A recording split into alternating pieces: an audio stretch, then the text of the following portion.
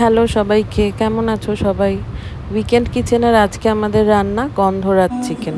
তো শুরু করা যাক। নিয়ে নিচ্ছি লেবু পাতা, পেঁয়াজ, রসুন, দই, রসুন বাটা, পেঁয়াজ বাটা, দই দিয়ে লঙ্কা বাটা, এইগুলোই মেন উপকরণ, আর একটা গোটা গন্ধরাজ লেবু। এবার মাংসটাতে যা উপকরণ আগে দেখালাম সেইগুলো সব দিয়ে আমি ম্যারিনেট করে রেখেছি। ম্যারিনেটটা খুব ইম্পর্ট্যান্ট, নুন দিয়ে ম্যারিনেট করবে আর মোটামুটি 1 ঘন্টা ম্যারিনেট করে রাখার চেষ্টা করবে। এবার আমি কড়াইতে দিচ্ছি তেল, তার মধ্যে রসুন কুচো, গোটা জিরে, কয়েকটা দারচিনি আর ছোট এলাচ দিয়ে একটু হালকা ভাজা ভাজা হবে, আর একটা শুকনো লঙ্কা। হালকা ভাজা ভাজা হয়ে গেলে ওটার মধ্যে আমি পেঁয়াজ, রসুন, আদা সব কিছুর একটা পেস্ট বানিয়ে রেখেছিলাম, সেইটা দিয়ে দিলাম। একটু ভালো করে কষাবে নেড়ে চেড়ে। গন্ধরাজ চিকেনের জন্য খুব বেশি উপকরণ লাগে না, এই কটা উপকরণ দিয়েই রান্নাটা খুব ভালো হয়ে যায়। অল্প টমেটো কুচি দিয়েছি, তোমরা দিতেও পারো নাও দিতে পারো।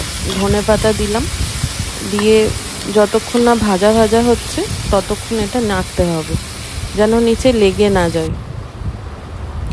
এবার এটার মধ্যে আমি দিয়ে দিচ্ছি ম্যারিনেট করে রাখা চিকেনটার মধ্যে আমি কিন্তু আলাদা করে এখানে আর নুন দিচ্ছি না, কারণ অনেকটা ঝোল বেরোবে, তো তাতে লাস্ট যখন নামাবার আগে তখনই চেক করে নুনটা দিতে হবে।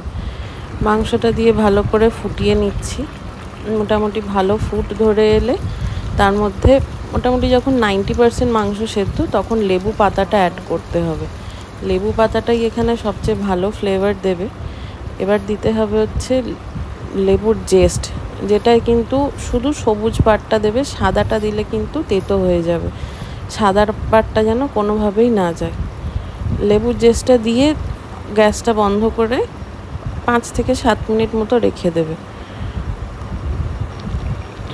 এবার ওপর থেকে ফেটিয়ে দেওয়া দইটা দিয়ে দেবে।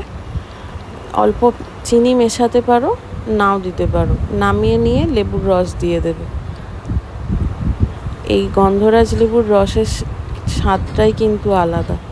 এটার সাথে ভাত, রুটি যে কোনো কিছুই খুব ভালো যাবে। গরম গরম সার্ভ করো, দেখো কেমন লাগছে খেতে। লাইক সাবস্ক্রাইব করতে ভুলো না কিন্তু। টাটা।